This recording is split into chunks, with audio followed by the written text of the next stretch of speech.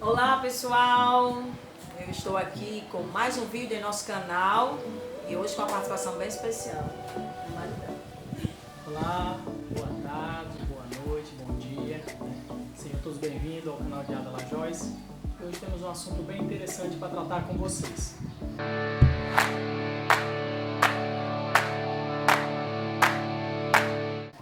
Como vocês sabem, a gente tem trazido aqui no nosso canal alguns assuntos práticos de área que a gente pode debater, desenvolver e queremos abençoar a sua casa, abençoar a sua vida, abençoar a sua família com os assuntos aqui que às vezes você até já sabe, mas de repente a gente precisa só trazer um pouquinho a sua memória, aquilo que vai fazer você caminhar de forma que o Senhor se agrade. É isso que nós procuramos fazer, caminharmos de forma que o Senhor olhe para nós e se agrade em nós. Então hoje a gente vai falar sobre um assunto muito importante. Nós falamos nos vídeos passados sobre os conselhos. Hoje nós vamos falar sobre os 7 pecados mortais da língua. E aí, os 7 pecados mortais da língua. Isso é assunto para, como diz, para mais de metro, viu? É um assunto e complexo, diga-se de passagem, é um assunto complexo, viu? E só que a gente precisa entender que isso é tão pertinente para os nossos dias, termos cuidado com esse instrumento que nós temos, que pode dar e tirar a vida. E eu queria, Josué, hoje a gente entrar nesse texto, nesse vídeo, e o texto que a gente queria usar por base é o livro de Tiago, capítulo 3, o versículo 1 ao 6. Meus irmãos, muitos de vós não sejam mestres, sabendo que receberemos mais duro juízo, porque todos tropeçamos em muitas coisas. Se alguém não tropeça em palavra, o tal é perfeito e poderoso também para refrear todo o corpo. Versículo 3. Ora, nós pomos freio nas bocas dos cavalos para que nos obedeçam e conseguimos dirigir todo o seu corpo. Vede também a naus, que sendo tão grande, é levada por impetuosos ventos, se viram com bem pequeno leme, para onde quer a vontade daquele que as governa. Assim também a língua é um pequeno membro e gloriar-se de grandes coisas. Vede quão grande bosque um pequeno fogo incendeia. A língua também é um fogo como o mundo de iniquidade. A língua está posta entre os nossos membros e contamina todo o corpo, inflama o curso da natureza e é inflamada pelo Inferno. Minha gente, e é inflamada pelo inferno. Ah, Jesus, misericórdia de nós. Então vamos lá debater um pouquinho, filho? Vamos sim, vamos comentar um pouco sobre as novidades relacionadas a esse assunto, né, tão importante, os 7 pecados da língua, né? Não é trava-língua. Não é trava-língua, exatamente, não é trava-língua. Interessante que nós vemos que a língua, ela, por ser parte de um dos membros do corpo, é muito importante como qualquer outro membro do corpo. A língua faz parte do corpo. Poxa, se você não tiver um dedo, você vai sentir falta de um dedo para poder fazer algumas atividades. Se você não tiver uma orelha, vai ficar defeituoso e vai dificultar até mesmo a sua audição, né? Mas a língua, da mesma forma, ou seja, se você não tiver a língua, você não tem como se comunicar. Pessoas se comunicam através de sinais, né? Através de libras, exatamente, né? Então, e sente-se a dificuldade por não ter uma língua para se comunicar. Mas a língua, além de ser tão boa para nos trazer uma boa comunicação, nos trazer a boa informação, né, no dia a dia, também pode nos trazer muita má informação e até mesmo causar a morte. Né? Então, eu quero ler aqui também em Provérbios, capítulo 18, versículo 21a, que diz assim: o que você diz pode salvar ou destruir uma vida. Né? A língua pode gerar vida e morte. Mas como assim? Poxa, como gerar vida e morte? É porque as palavras têm poder. Simplesmente porque as palavras têm poder. E nós vamos começar aqui né? E antes de falar do primeiro tópico, eu quero trazer uma rápida informação aqui para você ver. Ó.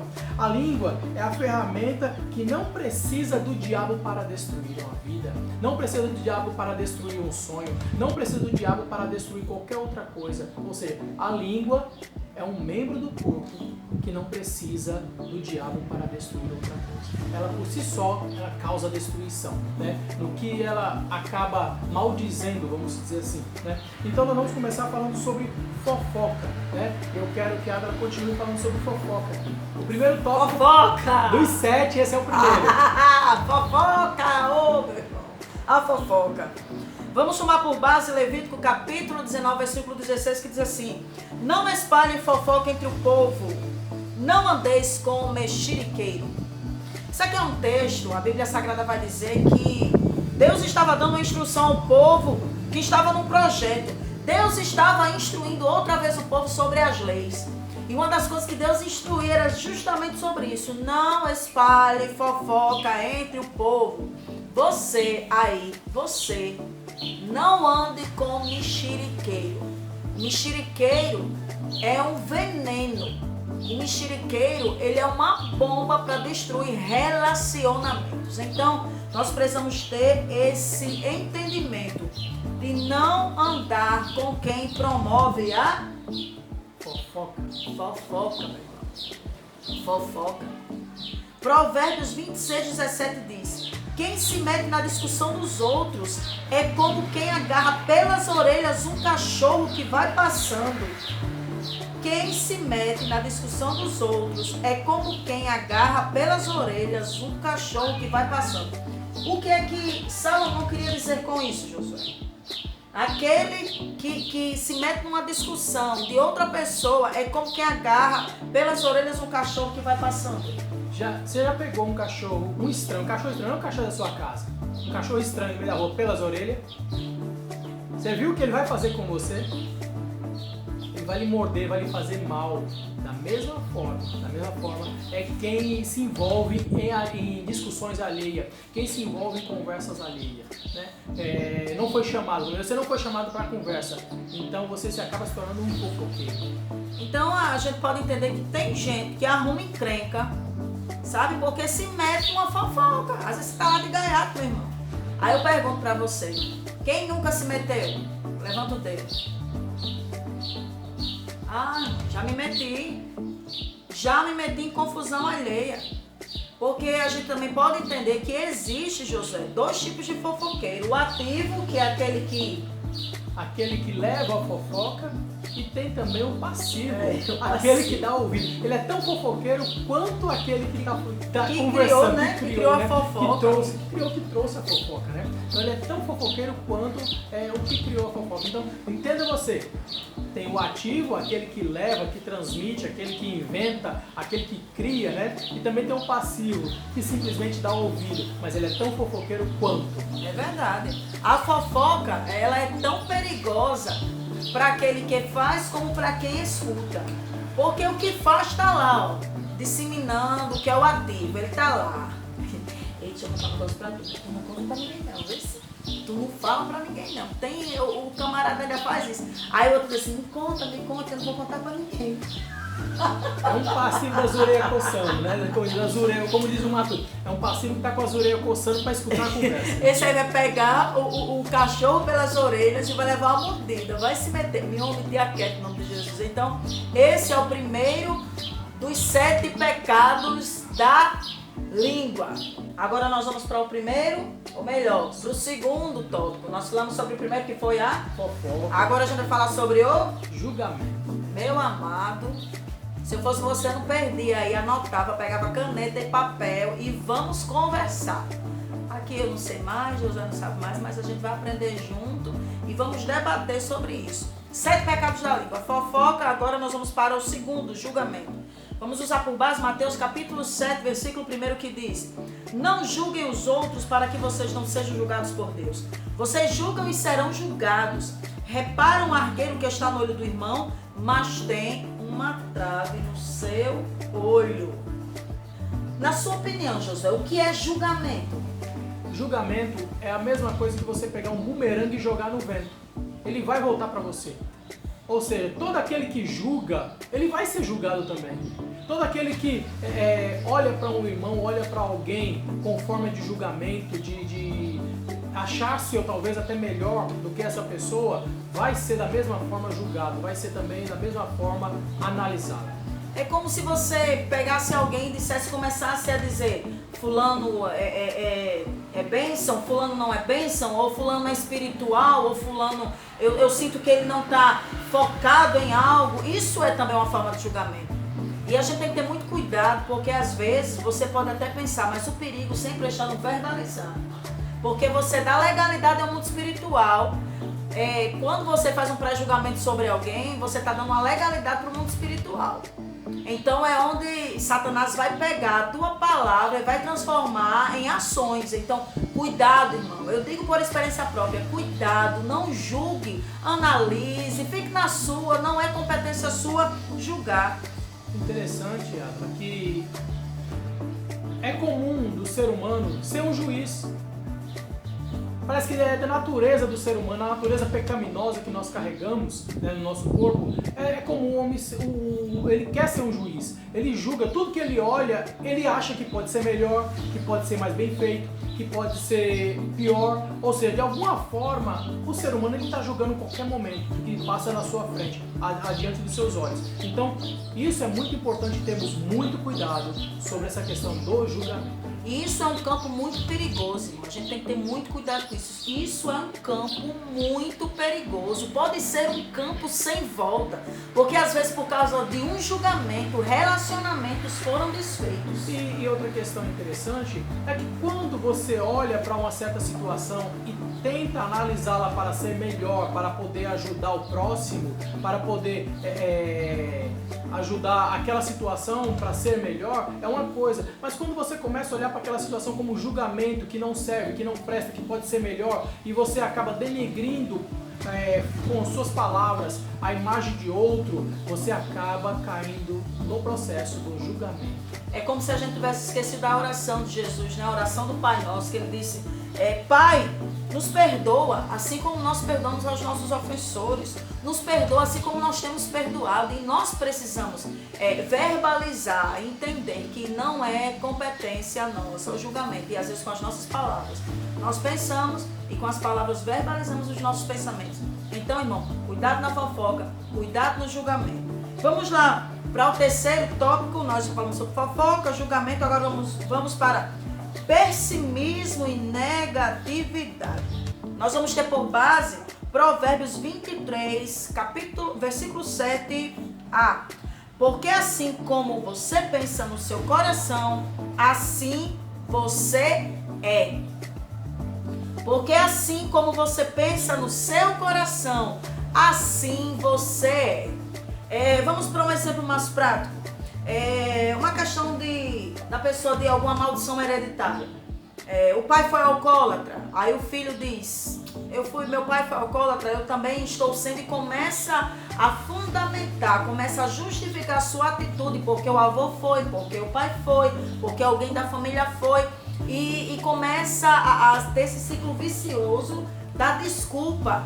E aqui, como o Provérbios está dizendo, Salomão diz, assim como você pensa no seu coração, assim você é. Exato. E outra questão também, muitas das vezes acontece. Na nossa vida, nós temos o defeito, vamos dizer assim, de maldizer, de acabar falando o que está no coração. Até porque a própria palavra fala, a boca fala que o coração está cheio. Mateus 12, 34 está escrito assim. O que acontece com isso? Muitas das vezes você tem, como a Adela já falou, você tem passado ou vem de uma hereditariedade de pai, mãe que causou problema, ou que teve problema no passado, e você fala, eu vou ser igual. Ou seja, você já profetizou negativamente para a sua própria vida. Você já lançou palavra de maldição negativa para a sua vida. Por quê? Porque você já falou, você expôs, e com isso o inimigo pegou. Desceu ao seu coração essas informações e aí você expôs, o inimigo pegou isso. não tem para onde correr. Ou seja, você está lançando maldição sobre a sua própria vida, sobre a sua própria família, sobre o seu próprio lar, sobre tudo que está em sua volta. É pessimismo e negatividade. E quem caminha em fé não pode ser pessimista nem negativo, irmão. Caminha em fé. Suas palavras têm poder. Então declare em fé hoje bênção. Meu pai foi assim, meu avô foi assim, mas hoje eu decido ser diferente, porque eu quero quebrar esse ciclo de maldição da minha vida, esse ciclo de maldição da minha casa. Sabe o que é que Jó diz no versículo 13 capítulo 3, versículo 25? O mal que eu temia, esse me sobreveio. Aquilo que Jó mais temia aconteceu sobre a vida dele. E às vezes é exatamente isso que acontece com quem está em casa. O tanto que você teme é aquilo que vai acontecer com você. Porque você já verbalizou tanto uma situação, você já verbalizou tanto algo de ruim, algum tipo de sentimento negativo ou pessimista, que vai acontecer. É interessante, se você for lembrar ou for analisar a história de Jó, Jó tinha o costume de oferecer sacrifícios antecipados, com medo dos seus filhos pecarem, com medo dos seus filhos errarem. Ou seja, ele já oferecia sacrifícios, né, pedindo perdão ao Senhor pelos pecados que seu filho faria, que seus filhos fariam. Ou seja, de certa forma, ele já estava julgando e colocando palavra de maldição até dentro da sua própria família, né? Atraía, né? Atraindo maldição. E ele mesmo fala, o medo que eu tinha me sobreveio. Por quê? Porque ele, de certa forma, já estava proferindo coisas negativas para a sua família. E no livro de Pedro, na primeira carta de Pedro, diz, capítulo 5, versículo 7, lancem sobre ele toda a vossa ansiedade, porque ele tem cuidado de vós. Ansiedade é algo que não é um sentimento de Deus. A ansiedade nos causa perturbação na alma. A ansiedade nos causa preocupações. Vamos hoje fazer aquilo que Pedro nos ensinou através da palavra, lançando sobre ele todas as vossas ansiedades, lançando sobre ele todo o pessimismo, lançando sobre ele toda a negatividade, porque ele, Deus, Jesus, tem cuidado de você, meu irmão. E aí você tem que entender realmente que a ansiedade é uma preocupação excessiva com o futuro, né? Você não fica ansioso pelo que passou, você não fica ansioso pelo seu passado, você não fica ansioso pelo seu presente, porque você está vivendo nesse momento. Você fica ansioso pelo que vai acontecer daqui a alguns segundos, daqui a alguns anos. Ou seja, é uma preocupação excessiva com o seu futuro. E isso na vida de qualquer pessoa, não só de cristão, mas na vida de qualquer pessoa, isso é negativo demais. É negativo demais para uma vida de um ser humano. E outra coisa, isso no meio cristão é mais habitual do que a gente possa imaginar. Às vezes a gente olha, só tem lá fora. Não, no nosso meio tem muitos que estão sofrendo de ansiedade, que estão sofrendo de preocupação excessiva com o futuro e estão baseando sua vida no pessimismo, negatividade. Mas hoje você precisa lançar. Pare de verbalizar essa síndrome de Gabriela. Eu nasci assim, eu sou assim, vou morrer assim. Tem que sair da sua vida hoje. E como é que a gente pode eliminar essa ansiedade? Nós temos que tomar algumas atitudes para eliminar a ansiedade. Através da oração, você consegue oração, busca ao Senhor, você consegue eliminar a ansiedade, né? Escutando e vendo coisas sadias, coisas saudáveis, né? Por quê? Porque muitas das vezes o que nós focamos? No negativo. Nós focamos nas más conversas, nas fofocas, né? E com isso nos traz ansiedades negativas. Na verdade, toda ansiedade é negativa. Até a gente vai explicar mais um pouquinho à frente. Toda ansiedade é uma questão negativa. Tem uma diferença entre ansiedade e gerar perspectiva. Bem diferente isso aí. Os dois trabalham ali, mas você vai entender um pouco mais à frente. Então, outra questão também é compartilhar coisas com pessoas saudáveis, escutar coisas de pessoas saudáveis, que têm a mente saudável, que têm a cabeça saudável, né? Nós vimos muito bem na live do pastor Jamerson esses dias, ele falando muito bem sobre a pobreza. A pobreza mental é a base para todo o restante de pobreza na sua vida, espiritual, pobreza financeira, né? Então, eu vou dizer uma coisa a você, tem que ter uma mente saudável, tem que se procurar andar ou estar com pessoas de mente saudável, né? No tópico 2 aqui de como nós eliminarmos a ansiedade, você tem que selecionar o que você vê e escuta, porque aquilo que a gente vê e escuta vai determinar o que a gente fala. Tá? Sabe, vai nos ensinar a ser seletivo no falar. Exato. Né? O que eu vejo, o que eu escuto vai me fazer sentir algo. E isso vai reproduzir a minha fala. E o que é que eu vou falar a partir do que eu vejo e escuto? Sabe, Josué, existem momentos que a gente vai ter que se ausentar de alguns lugares para que a gente não veja, não escute, para não ter o que falar. É preciso, às vezes, na caminhada da vida, você se ausentar de grupos de WhatsApp, de rodas de amigos seus, para que a gente possa ter esse cuidado de ser seletivo no que falar. Né? E no tópico 3 também você falou muito bem, né?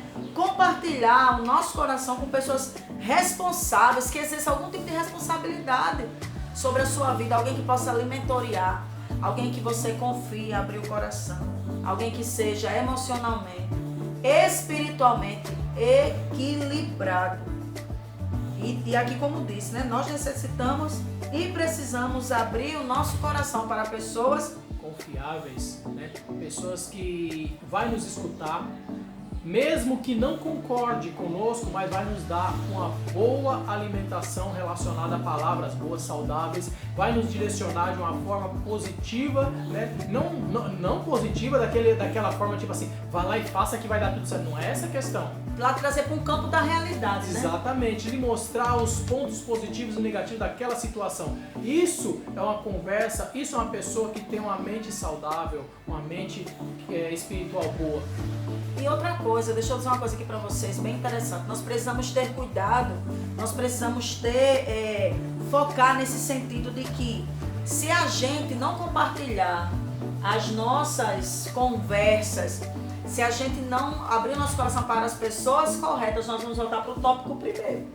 A gente vai ser instrumento de uma fofoca. Exatamente. A gente vai ser um personagem principal de uma fofoca, coadjuvante de uma fofoca, de uma história de fofoca. Então, irmão, cuidado para quem você abre seu coração.